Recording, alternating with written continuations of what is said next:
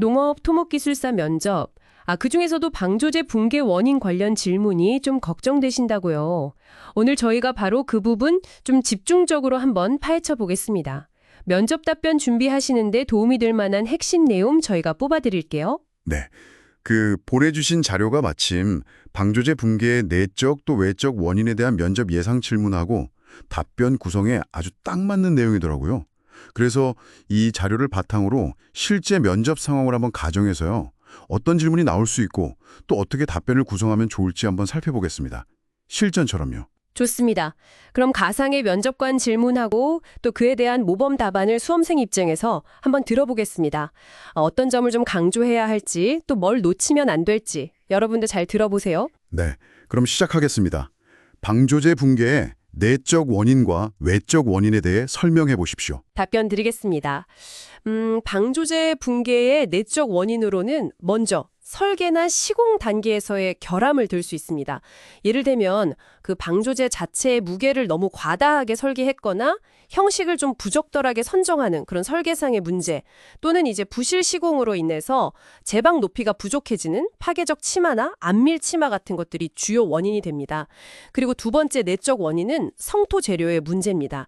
그러니까 제방을 쌓는 흙이나 암석 같은 재료 자체가 부적합하거나 시간이 지나면서 부식되기 쉬운 재료를 사용하면 누수가 생길 수 있고요. 이 물길이 제방 내부를 관통하면서 흙을 유실시키는 그 파이핑 현상으로 이어질 수 있습니다. 세 번째는 유지 관리의 부실입니다. 제방 상부인 둥마루나 경사면 관리가 제대로 안 되거나 균열이나 파손 같은 것을 제때 보수하지 않고 방치하면 제방의 안정성이 크게 떨어져서 붕괴 위험이 증가합니다. 다음으로 외적 원인에 대해 말씀드리겠습니다. 첫째로는 집안 조건의 변화입니다. 방조제가 세워진 기초 집안이 원래 좀 연약하거나 아니면 예기치 못한 지진 등으로 집안 자체가 변동하면 제방에 결함이 발생할 수 있습니다. 둘째, 홍수나 지진, 강풍 같은 자연재해입니다. 특히 강한 파도가 제방을 치는 파압은 외측 사면을 파괴하는 직접적인 원인이 되고요. 태풍 등으로 해수면이 비정상적으로 높아지는 이상 고조 시에는 파도가 제방을 넘어오는 월파의 위험성을 크게 높입니다. 셋째, 주변 환경의 변화도 중요합니다.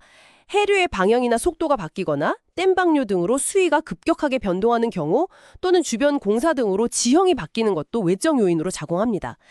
넷째로는 수문과 같은 부속시설물의 조작 오류나 관리 미흡도 붕괴 원인이 될 수 있습니다. 그리고 이러한 내적 외적 원인들은 사실 독립적으로 작용하기보다는 서로 영향을 주면서 복합적으로 문제를 일으키는 경우가 많습니다. 그래서 종합적인 관점에서 원인을 분석하고 대책을 수립하는 것이 중요합니다. 네. 방금 내적 원인과 외적 원인이 복합적으로 작용한다고 하셨는데 그럼 이런 경우에 안전대책을 수립할 때 가장 중요하게 고려해야 할 점은 무엇이라고 생각합니까? 네. 복합적인 원인이 작용할 때는 어느 한 가지 원인에만 집중하기보다는 각 원인이 전체 시스템 안정성에 미치는 영향과 그 상호작용 가능성을 종합적으로 평가하는 것이 가장 중요하다고 생각합니다. 이를 바탕으로 특정 부분 보강에만 그치지 않고 예방적 유지관리 계획 수립과 지속적인 계측 및 모니터링을 포함하는 통합적인 안전대책을 마련해야 합니다. 그러니까 위험 요소 간의 연관성을 파악하고 선제적으로 대응하는 시스템적 접근이 필요합니다. 그럼 추가적으로 하나 더 질문드리겠습니다.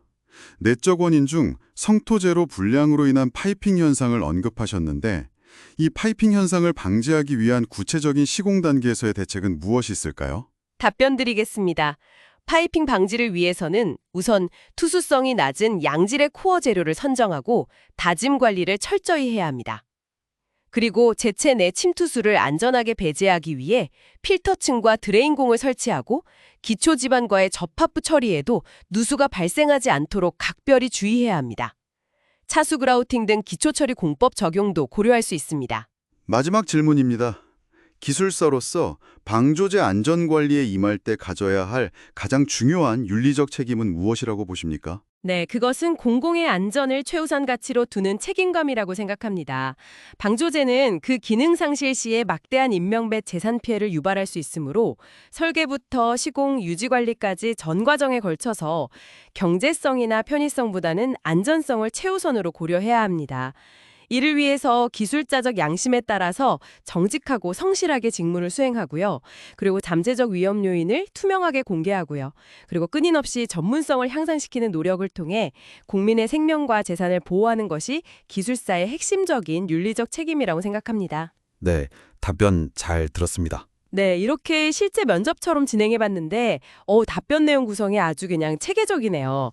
단순히 원인을 나열하는 걸 넘어서 내적, 외적 요인의 구분, 또 상호작용 가능성까지 언급하는 점, 이게 중요해 보입니다. 그렇죠.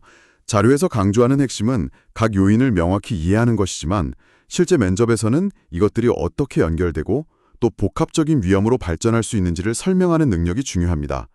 그리고 방금 수험생의 마지막 답변처럼 모든 기술적인 판단의 밑바탕에는 결국 공공의 안전이라는 책임의식이 깔려 있어야 한다는 점, 이걸 보여주는 것이 기술사로서의 자질을 어필하는 데 도움이 될 겁니다. 네, 오늘 저희가 살펴본 이 질문과 답변 구성 방식이 여러분의 면접 준비에 좀 실질적인 틀을 제공했으면 좋겠습니다. 단순히 외우기보다는 왜 이런 답변 구조가 좋은 평가를 받을 수 있을까? 이걸 생각해 보시면 좋겠네요. 그럼 마지막으로 여러분께 생각해 볼 질문 하나 던져드릴게요. 오늘 다른 원인들 외에 앞으로 좀 심화될 가능성이 높은 기후변화 있잖아요. 이것이 미래의 방조제 안전 기준과 유지관리 전략에 어떤 근본적인 변화를 요구하게 될까요? 이 부분까지 한번 고민해 보시면 더 깊이 있는 준비가 될 것 같습니다.